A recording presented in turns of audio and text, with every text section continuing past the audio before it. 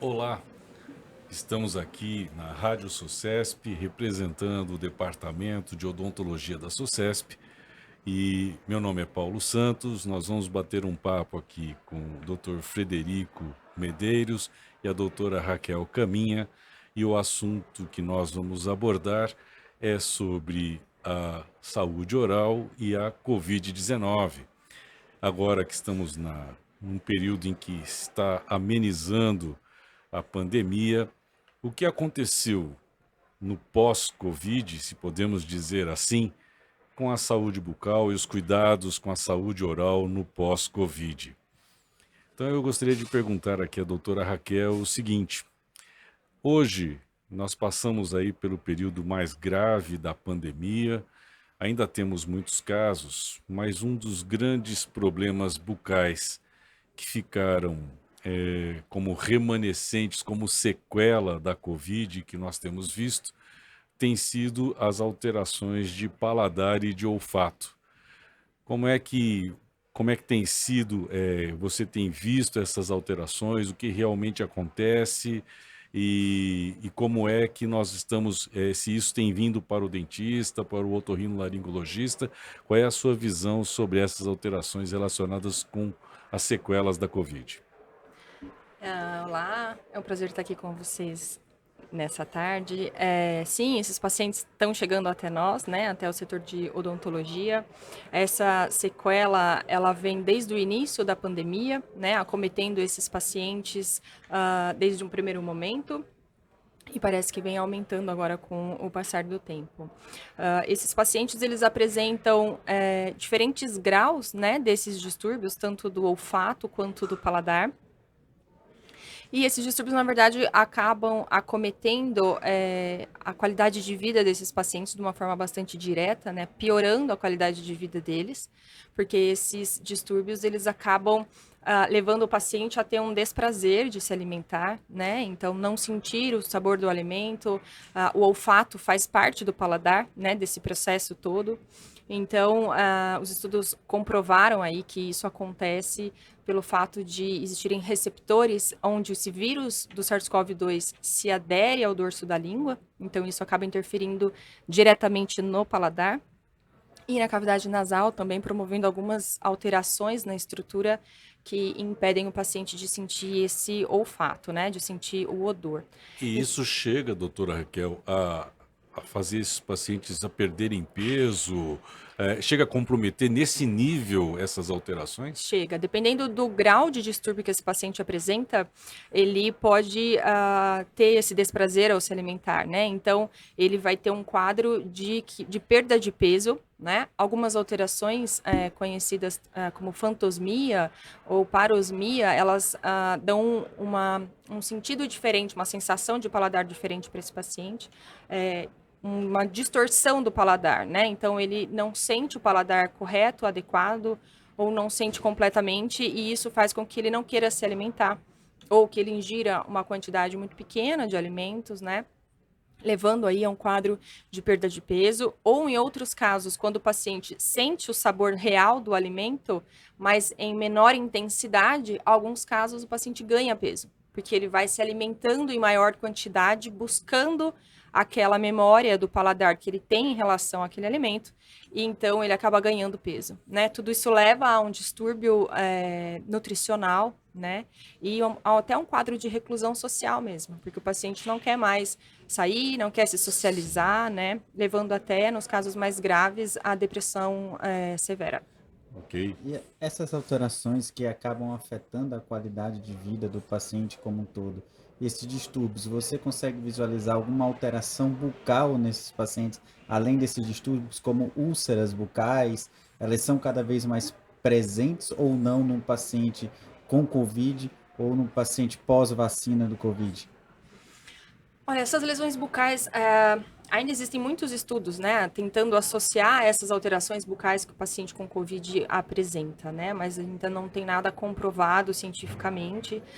Normalmente as manifestações bucais desses pacientes, elas estão associadas ao quadro geral, ao quadro sistêmico que esse paciente apresenta, né, principalmente nos casos mais graves, que o paciente está em UTI, está entubado. Então, são manifestações bucais que a gente também encontra em pacientes que não têm COVID e que estão em um ambiente de UTI, por exemplo, né? Então, não tem como, neste momento ainda, não existe uma associação. É o vírus do COVID que está causando esse tipo de lesão na cavidade bucal. Né? São mais infecções oportunistas que já fazem parte aí da rotina desse ambiente hospitalar.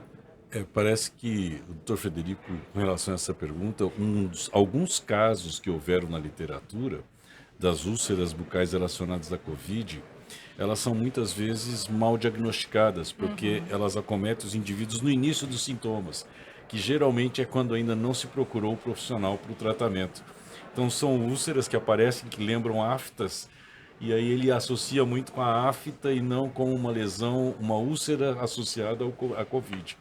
Mas parece que existe isso acontecendo, não sei se com as manifestações com os vírus mutados atualmente.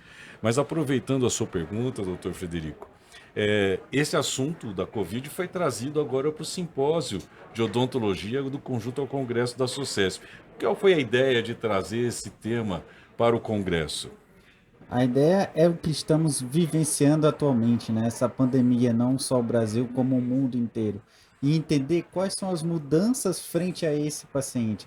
Esse paciente que tem um vírus no começo, seja ele assintomático ou sintomático, o que nós, cirurgiões dentistas, podemos fazer frente a esses pacientes? E aproveitando essa pergunta, eu queria perguntar para a professora doutora Raquel, que mudanças ela vê no tratamento odontológico como um todo no COVID?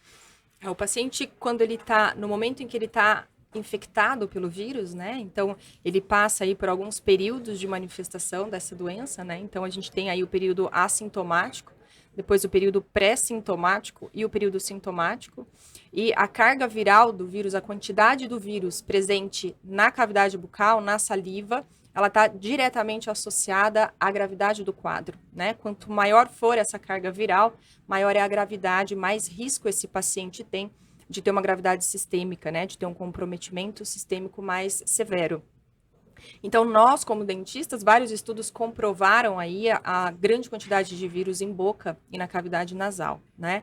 Então, nós, como dentistas que trabalhamos diretamente nesse sítio, a gente precisa tomar alguns cuidados, né? E alguns métodos de prevenção para conseguir reduzir essa carga viral, né? Presente na cavidade bucal, tanto para o nosso atendimento odontológico, né? Para evitar transmissão de doença, autocontaminação, né, e a transmissão de doença para outros pacientes, outras pessoas, como também para minimizar essa replicação viral que acontece de uma forma tão intensa, né, e tão rápida nesses pacientes.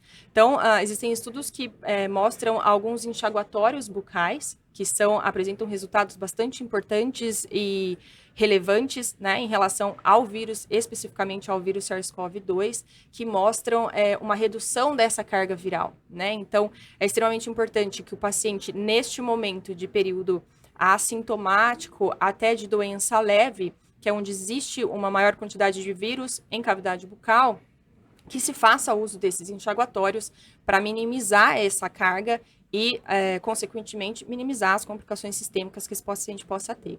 Talvez essa seja até uma estratégia de prevenção. Com certeza, é uma medida adicional. É uma medida adicional. É claro que não é uma vacina, nada, mas reduz a carga, então reduz a possibilidade, inclusive, consequentemente, de transmissão de sintomas. É. E agora, doutora Raquel, com relação a essa perda de paladar e perda de olfato, que é um problema para quem teve a Covid e que ainda eventualmente está sofrendo com isso. Sim.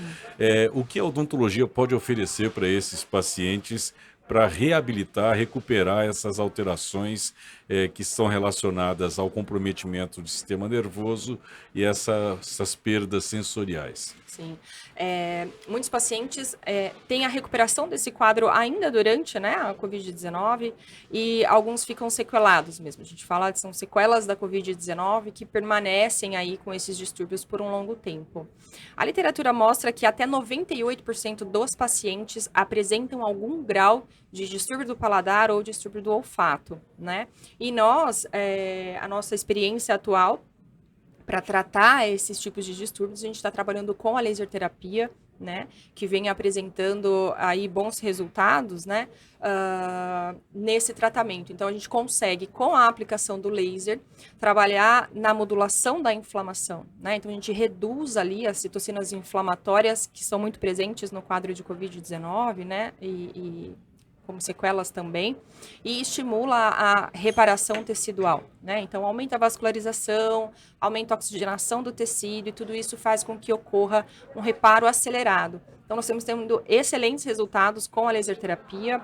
O número de sessão depende, né, de cada resposta individual, de cada paciente, e também do grau desse distúrbio que ele vem apresentando. Então, ele pode ser aplicado tanto na cavidade nasal, né, para atingir ali as células olfatórias, olfativas, as células etimoidais, também a mucosa respiratória, né, minimizando essa inflamação, e diretamente na cavidade bucal, tanto em dorso de língua, a borda lateral de língua, enfim, com alguns protocolos aí que nós estamos trabalhando e atingindo bons resultados. Isso para deixar claro para os nossos ouvintes, doutora Raquel, a laser terapia, então, posso dizer que ela é uma recomendação para o tratamento das sequelas do Covid e não como prevenção, é isso? Sim, tratamento da sequela, né? A gente vai usar a laser terapia a partir do momento em que o paciente apresenta esse distúrbio do olfato ou do paladar. O laser, ele é usado, a laser terapia, amplamente em várias frentes de trabalho, né? Ele tem excelentes resultados aí. Nós também podemos utilizar, por exemplo, para tratar as úlceras que a gente comentou agora há pouco, né? Úlceras virais, úlceras traumáticas, enfim, com o objetivo de acelerar reparo. Mas em relação ao distúrbio do paladar, realmente após o acontecimento dele, o desenvolvimento. Não tem como trabalhar preventivamente em relação a isso. E a laser terapia é uma terapia sem dor, né? Exige só conhecimento dos protocolos, Sim. conhecimento da anatomia, diagnóstico adequado para que possa se realizar. Exatamente. Bem, eu acho que foi muito legal essa conversa aqui, trazer atualidade sobre aí as sequelas da Covid, trazer para o Congresso da SOCESP, nesse momento, uma discussão que a odontologia tem uma relação direta sobre os cuidados com esse paciente, tanto no diagnóstico quanto ao tratamento. Agradecer aqui o Dr. Frederico e a doutora Raquel e desejar a todos um bom restante de congresso. Um forte abraço a todos. Muito obrigado. Obrigada, até mais.